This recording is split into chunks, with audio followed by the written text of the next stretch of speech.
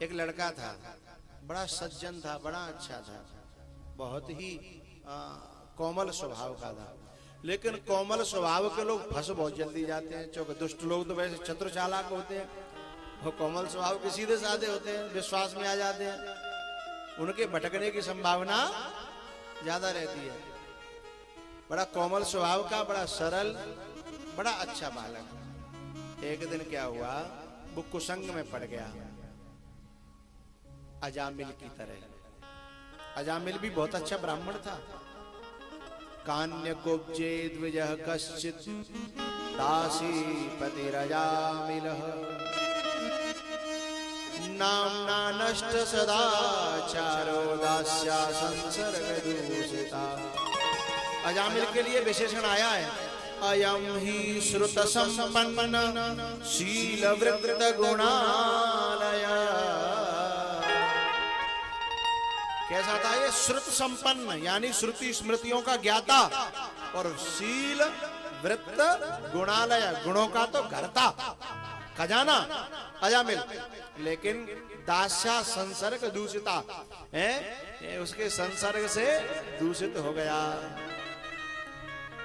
कुमति यानी कुबुद्धि, कुसंग, दुसंग, इनका संग पाकर के वो लड़का बिगड़ गया। और ऐसा बिगड़ा, जब बिगड़ता है व्यक्ति फिर माँ बाप बुरे लगने लगते। अपना अपना थर्मामीटर नाप लेना, जब अपने माँ बाप और गुरु बुरे लगन लगे तो समझना कहीं ना कहीं से वायरस आया है, कहीं ना कहीं से गड़बड़ी हुई है, दिक्कत हुई है, ऐसा समझ लेना। और उसी समय वायरस को एंटीवायरस डाल करके खत्म कर लेना, नहीं तो मामला गड़बड़ होगा, मोबाइल हैंग होने लगेगा हैं, और ज्यादा गड़बड़ी हो जाएगी। तो ये इतना बिगड़ गया ये लड़का कि केसबाजी होने लगी। और माँ बाप से एक ही बेटा था,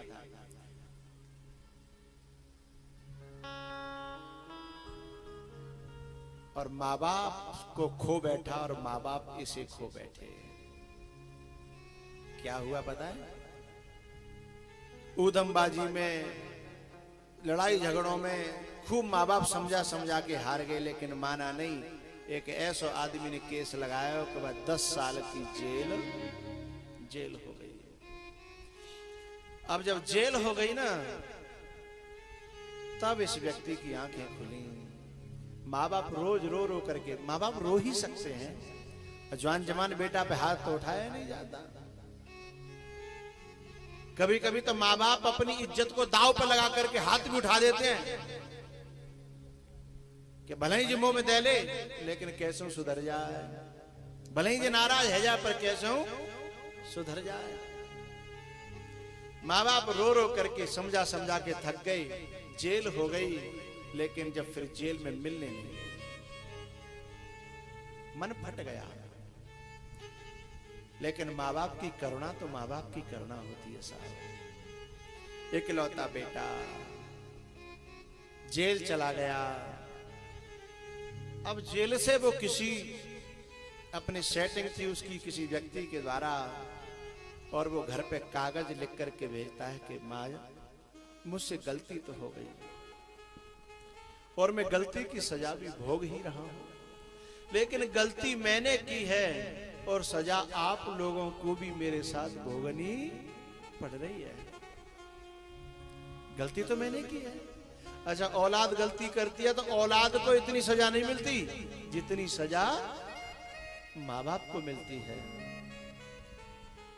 अब वो कागज में लिख करके डालता है, माँ मुझसे गलती हो गई, मैं जेल में तो आ गया, लेकिन क्या मुझे 10 साल बाद जब छुट्टी मिलेगी तो तुम मुझे क्षमा कर पाओगे?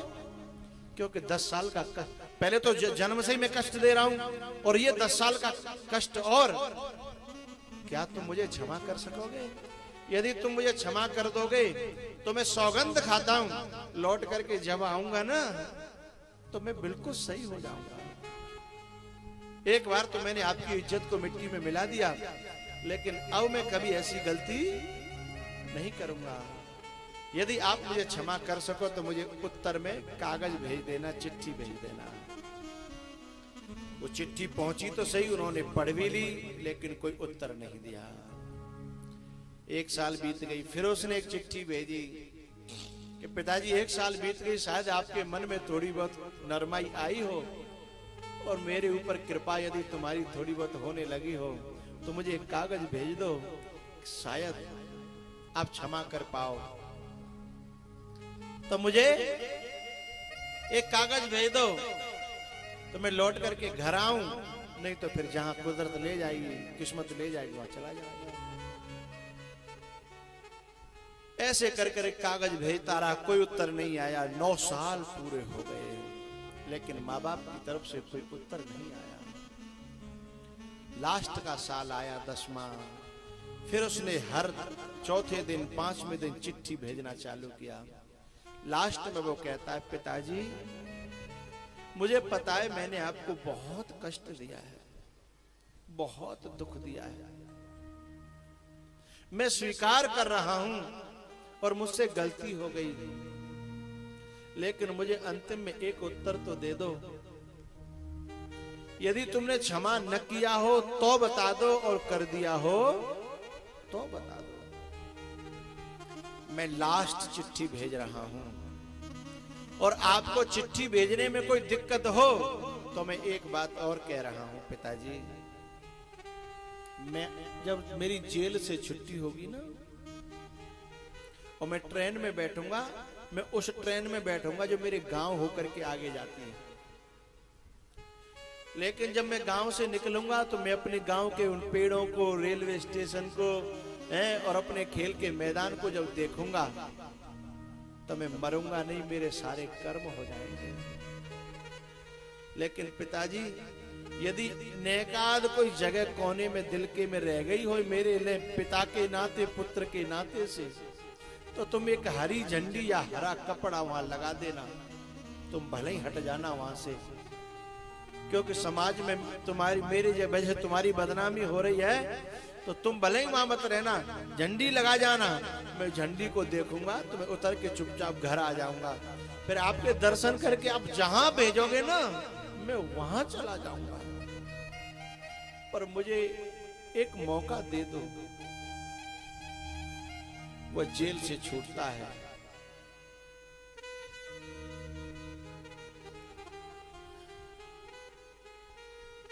एक बात मैं आपसे कहना चाहता हूं भैया, माँ बापों से भी कहना चाहता हूं, गलती किससे नहीं होती, हर इंसान से गलती होती है।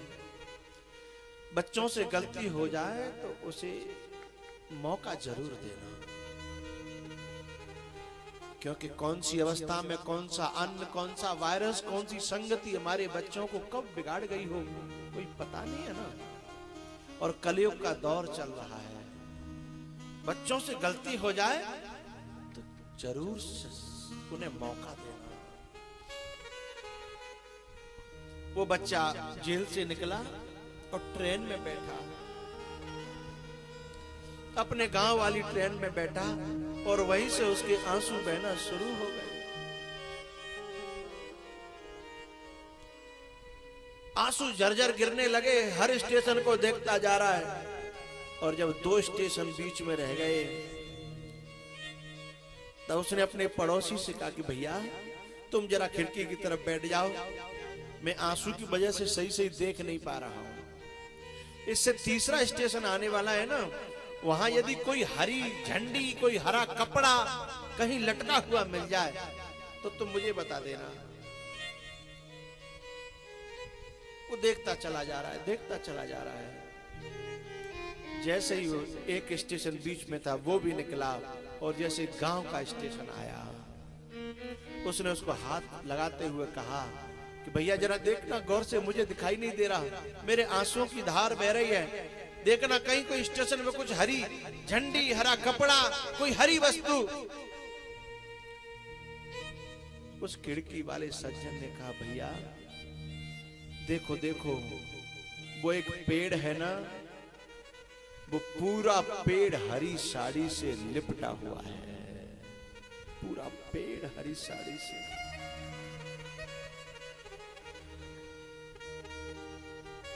ये बालक जब गाड़ी से उतरता है उस पेड़ को प्रणाम करता है, और जैसे उस पेड़ को प्रणाम किया, उस पेड़ के पीछे से उसका पिता निकल आया और दोनों बाह ऐसे किए हुए था। दोनों बाह फैला करके इसने जाकर के पांव पकड़ लिए। पिताजी, आपने मुझे क्षमा कर दिया। बोले, बेटा कितना भी कपूत हो जाए, लेकिन बाप के घर के दरवाजे उसके लिए कभी बंद नहीं होते। तू 10 साल क्या 20 साल में भी लौटता तो मैं यही कहता था कि सुबह का भूला हुआ, भटका हुआ शाम को वापस आ जाए तो उसे बड़े बूढ़े कोई दोष नहीं गिनते। बेटा, बाप ने गले से लगा लिया, पीछे से मां निकल करके आ गई उसके पेड़ के पीछे से, मां के चरणों से लिपट गया।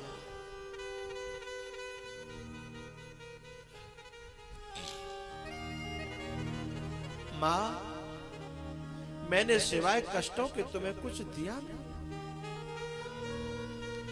मैंने सिवाय दुखों के कुछ दिया नहीं तुम्हें। मां ने कलेजे से लगा करके कहा, बेटा तू मेरा बेटा है ना? हाँ मां, आज तक तो नहीं था, पर मैं आज तेरा बेटा हूं। आज तू कहेगी ना, उसके अलावा मैं कुछ नहीं करूंगा। जहां भेजेगी वहां जाऊंगा, जो कहेगी वो करूंगा। और मैं कसम खाता हूं उस धरती की, ऐसा कोई काम नहीं करूंगा जिसमें मेरे माँ बाप को दुख हो। मैंने बहुत कष्ट झेल लिए हैं, मैंने बहुत दुख झेल लिए हैं।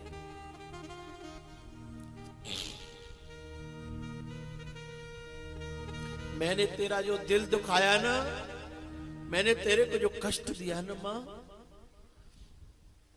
अब मैं न दूंगा और न मैं अपने किसी संग के साथी को ऐसा काम करने दूंगा। मां, तेरे मन में मेरे प्रति कोई गिलानी, कोई दोष तो नहीं है ना? तब मां ने कहा, ये तूने जो किया वो तो बहुत थोड़ा है। तूने बचपन में न जाने कितने मेरे बाल नोचे हैं, कितने मेरे कान नोचे हैं, कितना तूने मेरे खोस खोस के तू खाया है। मैं कभी नाराज नहीं हुई, और माँ बाप कभी नाराज होते ही नहीं है। नाराज होते हैं तो केवल निर्माण के लिए नाराज होते हैं। इस धरती पे केवल 3 ही व्यक्ति हैं जो तुम्हारे विकास को देख करके खुश होते हैं। 3 व्यक्ति, सबसे पहली मां, दूसरा बाप और तीसरा गुरु।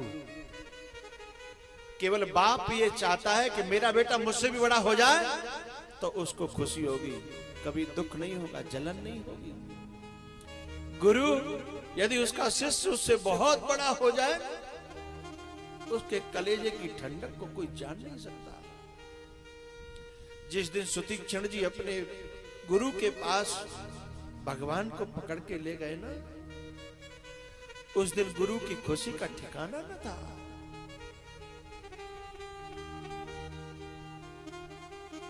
मां, बाप और गुरु, जब शिष्य बेटा जब बहुत ऊपर जाता है तो इन्हें लगता है कि हमने जो कष्ट झेले थे, जो दुख झेले थे, उनका आज भरपाई हो गई है।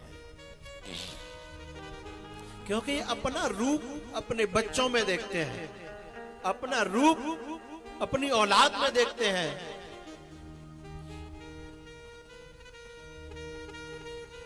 मैं नवयुवकों से भी कहना, बड़े बूढ़ों से तो मैंने कह दिया कि बच्चों से गलती हो जाए तो मौका जरूर देना, और एक बार नहीं देना, बार बार देना। न जाने कौन सी बार में, कौन सी चोट में पत्थर टूट जाए, न जाने कौन सी कोशिश में संतान सफल हो जाए। लेकिन नौजवान बच्चों से भी मैं एक बात कहूंगा, कोशिश ये करना कि इन बड़े बूढ़ों का दिल न दुखे। यदि किसी के माँ बाप ये कह देना कि हे परमात्मा कभी अगले जन्म में जन्म दे तो मुझे बेटा ऐसा ही देना, तो समझना तुम्हारा बेटा होना सफल हो गया। अब तुम्हें भगवान के भजन की भी जरूरत नहीं है साहब।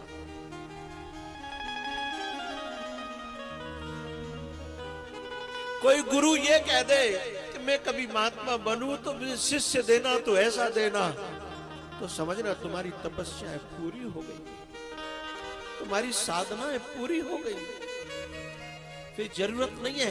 इनसे अलग कोई भगवान नहीं है, भगवान इन्हीं में आता है। मातृदेवो भव, पितृदेवो भव, आचार्य देवो भव। और गुरु तो गुरुर ब्रह्मा गुरुर विष्णु गुरुर्देवो महेश्वर, गुरुर साक्षात परम ब्रह्मा तस्मै श्री गुरुवे नमः। इनका दिल ना दुखा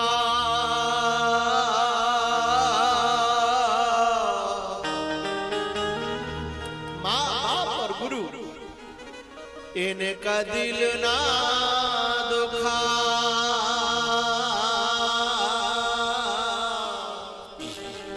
एक बार के लिए बाप कठोरता बरतता है ना तो बच्चे के निर्माण के लिए, और गुरु कठोरता बरतता है तो शिष्य के निर्माण के लिए।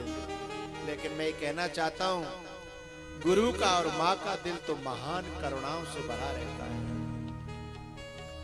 इसलिए माँ का और गुरु का दिल दुखाने से पहले 1000 बार सोचना, एक 100 बार नहीं 1000 बार सोचना। माँ का दिल ना दुखा,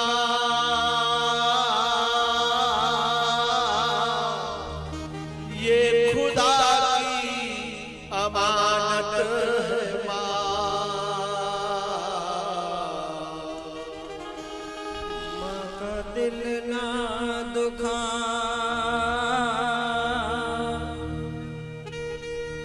ये खुदा की अमानत है माँ। माँ का दिल ना दुखा,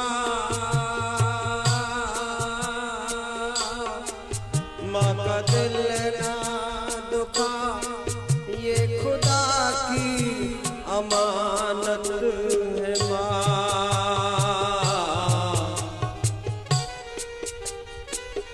पता है जब खाने पीने की बात होती है ना तो माँ बाप क्या कहते हैं, हम कहूँ मोटे ना है रे बालकन ने खा लेंगे, हम कहूँ मोटे ना है रे बालकन ने खा लेंगे। अपने हिस्से का खाना पीना पहनना ओढ़ना, इसमें जाने कितने बड़े बूढ़े बैठे होंगे जिनके कुर्ते फटे हुए हैं, जिनकी पनैया फटे हुए हैं, और जिनकी औलाद के पास 10-10 20-20 ड्रेस हैं। और ऐसे माँ बाप का भी जो दिल दुखाता है, क्या भगवान उसे क्षमा करेगा? क्या वो विकास करेंगे? क्या वो ऊपर बढ़ेंगे? माँ का दिल ना दुखा, ये खुदा की अमानत है माँ। सिर्फ कुर्बान ही, सिर्फ कुर्बान ही जिसका दस्तूर वो ही है माँ। इसका दिल ना दुखा,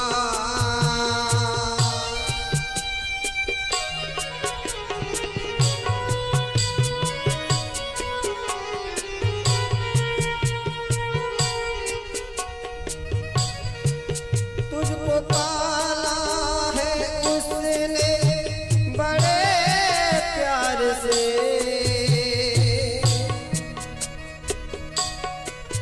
तेरा दामन भरा उसने किरदार से।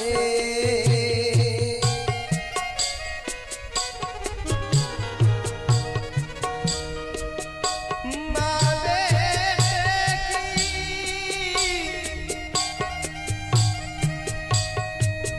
जहाँ होती है,